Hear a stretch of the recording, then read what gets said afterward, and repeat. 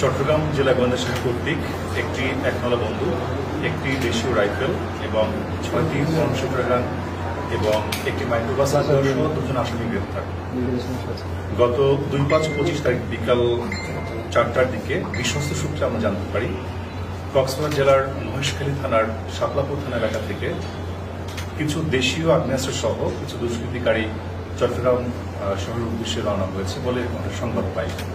তাৎক্ষণিকভাবে বিষয়টি চট্টগ্রাম জেলার মাননীয় পুলিশ সুপার জনাব মোহাম্মদ সাইফুল ইসলাম শান্তু বিপিএম বার মহোদয়কে অবহিত করলে তিনি আমাদেরকে এই অস্ত্র উদ্ধারের জন্য বিশেষভাবে নির্দেশনা প্রদান করেন।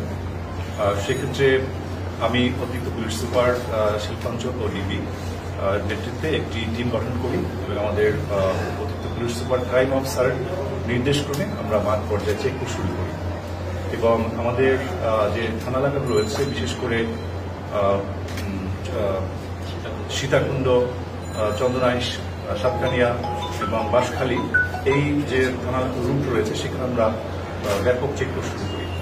এক পর্যায়ে আমরা গভীর রাতে সীতাকুণ্ড থানার বাঁশবাড়িয়া থানা এলাকায় চেকপোস্ট করাকালীন একটি মাইক্রোবাস, কালো মাইক্রোবাসকে যখন সিগন্যাল দেওয়া হয় তারা আমাদের সিগন্যাল ভায়োলেট করে বাম দিকে রাস্তায় নেমে যেতে শুরু করে। তখন সেই মাইক্রোবাসে ধাওয়া করে আমাদের জেলা গোয়েন্দা শাখার চৌকস কর্মকর্তারা যারা আছেন তারা মাইক্রোবাসটি আটক করেন এবং সেখানে যে চালক ছিলেন এবং তার সহযোগী রয়েছে তাকে ব্যাপক জিজ্ঞাসাবাদ করা হয়। জিজ্ঞাসাবাদের এক পর্যায়ে তারা স্বীকার করেন যে তাদের মাইক্রোবাসের বিভিন্ন জায়গাতে সুকৌশলী কিছু দেশীয় আগ্নেয়াস্ত্র লুকানো রয়েছে। এরপর আমরা ব্যাপক তল্লাশি শুরু করি। তল্লাশির এক পর্যায়ে মাইক্রোবাসের ড্যাশবোর্ড, সিটের পিছনে এবং বিভিন্ন জায়গায় একটি একনলা বন্দুক এবং একটি দেশীয় তৈরি রাইফেল এবং 6টি অনশুটার গান সেখানে আমরা পাই এবং তাদেরকে প্রাথমিকভাবে জিজ্ঞাসাবাদে তারা জানায় যে এই অস্ত্রগুলো তারা মহেশখালী থেকে নিয়ে নোয়াখালী জেলার দিকে যাচ্ছিল এবং তারা এও বলে স্বীকার করে যে অস্ত্র ক্রয় বিক্রয়ের সাথে তারা জড়িত। তাদেরকে নিয়মিত মামলায় গ্রেপ্তার করা হয়েছে এবং সীতাকুণ্ড থানায় মামলা রুজু করা হয়েছে। নোয়াখালীর কোথায় যাচ্ছিল এবং কি কাজের জন্য কারা কিনছিল এই অস্ত্রগুলো? প্রাথমিকভাবে তারা জিজ্ঞাসাবাদ করেছে, যে জিজ্ঞাসাবাদের উত্তর দিয়েছে যে আমরা এই অস্ত্রগুলো নিয়ে যাচ্ছি, তারা বিক্রয়ের উদ্দেশ্যে নিয়ে যাচ্ছে। কিন্তু পরবর্তীতে তাদের রিমান্ডে এনে জিজ্ঞাসাবাদ করে পরবর্তী তথ্যগুলো আমরা বের করতে পারবো বলে আশা করি। আমরা একটি সফল অভিযান আপনাদের দেখলাম, কিন্তু চট্টগ্রামের রাউজানে খুব উত্তপ্ত পরিস্থিতি, ওপেনে তারা অস্ত্র নিয়ে ঘুরছে, বিভিন্ন সিসিটিভি ফুটেজ এরই মধ্যে আমরা আমাদের সামাজিক যোগাযোগ মাধ্যমে দেখেছি, আমরা এ নিয়ে সংবাদও প্রচার করেছি এবং রাউজানের 2জন নেতা এরই মধ্যে স্বীকার করেছেন। একজন বলছেন যে অপর পক্ষের কাছে খুব বিপুল পরিমাণ অস্ত্র আছে, অপরজন বলছেন তার অপরেন যে আছে তার কাছে অনেক অস্ত্র আছে। এগুলো জানার পরেও আপনাদের আসলে এই জায়গাটাতে অস্ত্র উদ্ধারে কি পর্যায়ে আপনারা রয়েছেন বা এখন পর্যন্ত কতজনকে আটক করতে পেরেছেন? অনেকগুলো মার্ডারও কিন্তু এর মধ্যে সেখানে হয়ে গেছে। আচ্ছা, রাউজানের ব্যাপারে আমি একটু বলি। সেটা হলো, আপনারা জানেন যে রাউজানের কয়েকটা ইনসিডেন্টের সংবাদ যেমন আপনাদের কাছে এসেছে, আমরাও প্রত্যক্ষ করেছি। এরপরে আমরা ওইখানে বিশেষ চেকপোস্ট পরিচালনা করছি, পাশাপাশি আমাদের থানা পুলিশের তরফ থেকে ওইখানে নিয়মিত অভিযান পরিচালনা করা হচ্ছে। এখানকার সন্ত্রাসীদের যে প্রবণতাটা দেখা যাচ্ছে, তারা একটা ঘটনা ঘটিয়েই বিভিন্ন দুর্গম অঞ্চলে আশ্রয় গ্রহণ করছে। ইতিমধ্যে আমাদের যে কার্যক্রম, ওই সকল অঞ্চল থেকে কিভাবে অস্ত্র উদ্ধার করা যায় সেই সংক্রান্তে আমাদের গ্রাউন্ড ওয়ার্ক চলছে। আশা করি খুব শীঘ্রই এই সংক্রান্তেও আপনারা ভালো রেজাল্ট পাবেন। এখন পর্যন্ত কোন অস্ত্র উদ্ধার আছে কিনা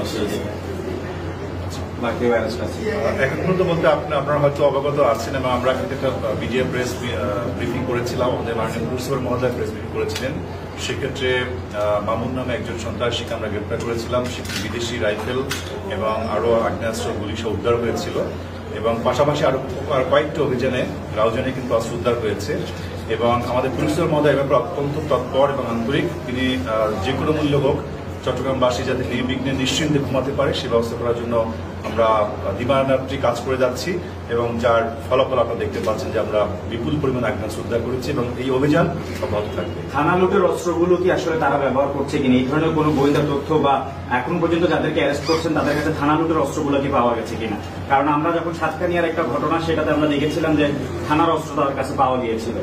একটু যদি বিষয়টা বলেন। অ্যাকচুয়ালি আমাদের যে থানার যে সরকারি অস্ত্রগুলো রয়েছে সেটা উদ্ধারের জন্য আমাদের অভিযান অব্যাহত রয়েছে এবং আমরা প্রতিনিয়ত গোয়েন্দা তথ্য সংগ্রহ করছি এবং সেক্ষেত্রে আপনারা হয়তো আশানুরূপ সফলতা দেখবেন আশা করি। তাদের কাছে কি এই অস্ত্রগুলো আছে কি মনে করছেন, বা তারা এখন পর্যন্ত কোনো তথ্য পেয়েছেন কিনা? এটা আসলে গোয়েন্দা তথ্য, এটা আমাদের অভিযানের ক্ষেত্রে কিন্তু এভাবে বলাটা ঠিক হবে না, কারণ আমরা কাজে প্রমাণ করতে চাই। আচ্ছা, এই যে অস্ত্রগুলো উদ্ধার করা হয়েছে তাদের বিশাল কোনো প্ল্যান ছিল কিনা, এবং উভয় পক্ষের সঙ্গে আপনাদের দুই দিকে সেখানে কি বড় কোনো পরিকল্পনা ছিল এতগুলো অস্ত্র একসাথে নিয়ে যাওয়া ছিল? এই ব্যাপারে আপনাদের বলি, এটা একটা অস্ত্র উদ্ধার অভিযান পরিচালিত হয়েছে।